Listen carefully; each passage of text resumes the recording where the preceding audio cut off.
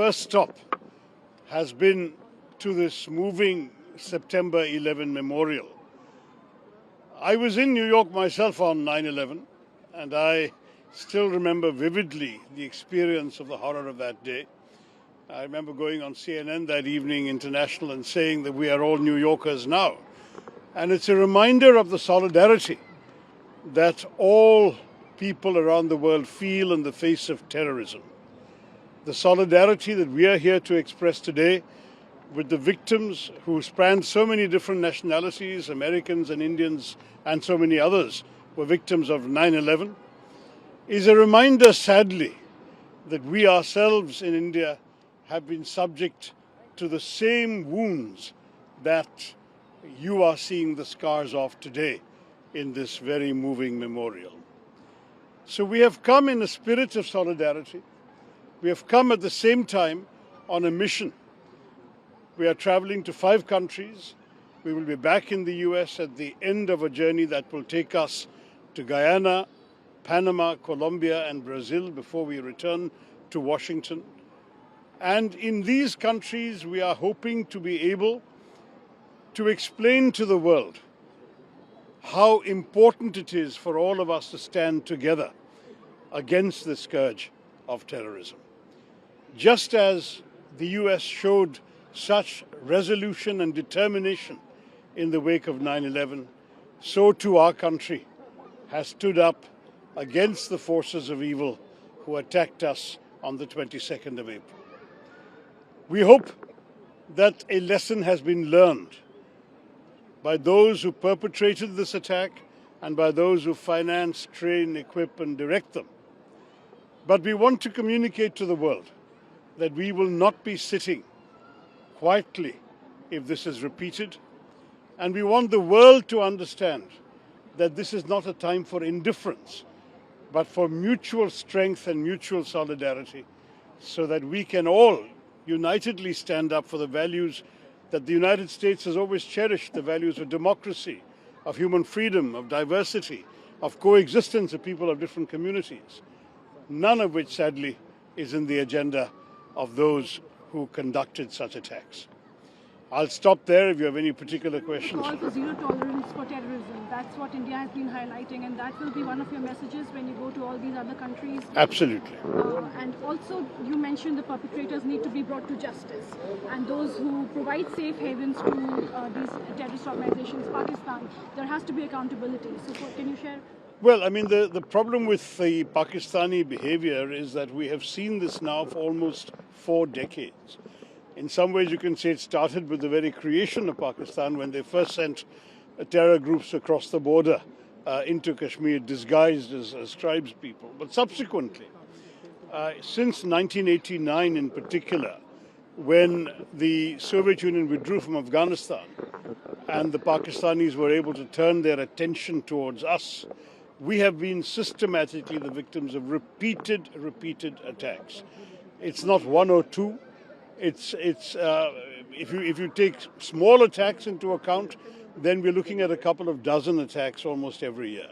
If you take the major attacks, where the victims, the civilian and other victims, are at least in 2 figures, we're easily talking about 25 major attacks in this century alone. So that we are not just sitting around allowing this to keep on happening to us. We would much rather not have to deal with this problem.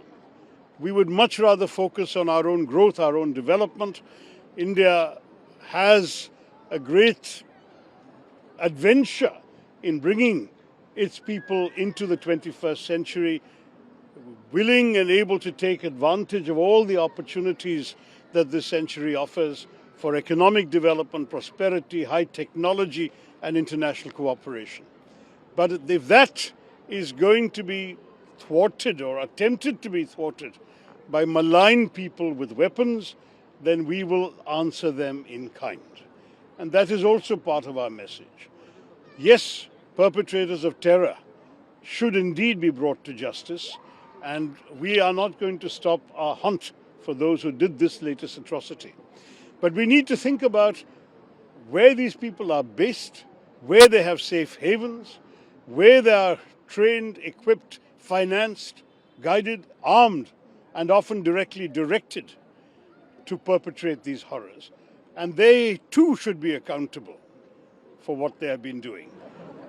So United States is also a permanent member of UNSC, and India has been trying to list TRF, the Resistant Fronts, as a terrorist organization. Do you think that your message and your global outreach will give Indians hope? Well, as you know, there are these half-yearly reports to the UN Sanctions Committee.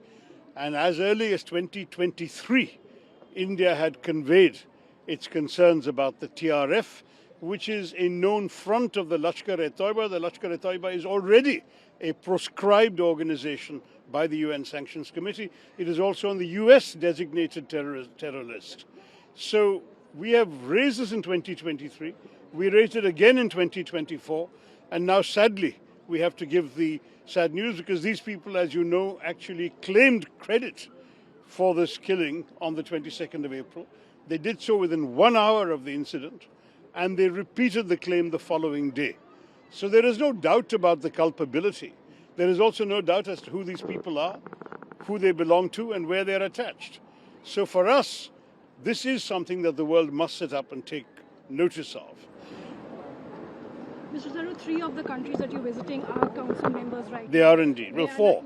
Because the US also is. US is a permanent member. Yeah. And again, on this UN Security Council, we've seen, you've been part of the UN system for so long, you've seen how tedious in the process of listing these terrorist organizations can be.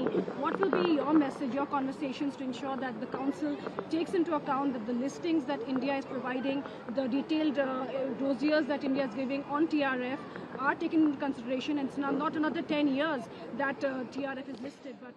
As you understand, the process involves 15 members, and they usually work by consensus.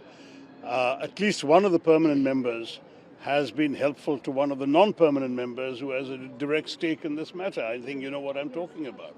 And that's why during this period, it has not been easy for us to get that listing done. I think inevitably these things will happen. If you look back at many, many examples, I think there are something like 52 individuals and organizations based in Pakistan that at one time or the other have been listed by the UN Sanctions Committee. They didn't all happen overnight. It takes time. But at the same time, for us, the listing is only part of a process. There is something much more direct that needs to be done. And we are not going to confine ourselves only to listings, to diplomacy, to the production of international dossiers. We are also going to exercise our right to self-defense, which every country recognizes. The US has exercised that right itself on repeated occasions. Mr. Tharoor, I have only one question. What are your expectations of the Indian diaspora in this particular situation? Well, you are a very influential diaspora in this country. You are not just numerous, you are prosperous, you have the largest median income of any ethnic group in this country. You have an influential voice, you're active in public life, you're active in politics. We would like you very much to express the concerns you share with all of us who've come from India with your elected representatives. We would like you to help sensitize public opinion and political opinion in this country about what is going on and how wrong it is. And certainly we would expect the diaspora to partake of the messaging that we are here to do. So I'm very happy to see so many of you here because you are actually a force multiplier for us as well. We come and go, but you live here. And we want you certainly to please remind people around you of what the challenges are that India is facing.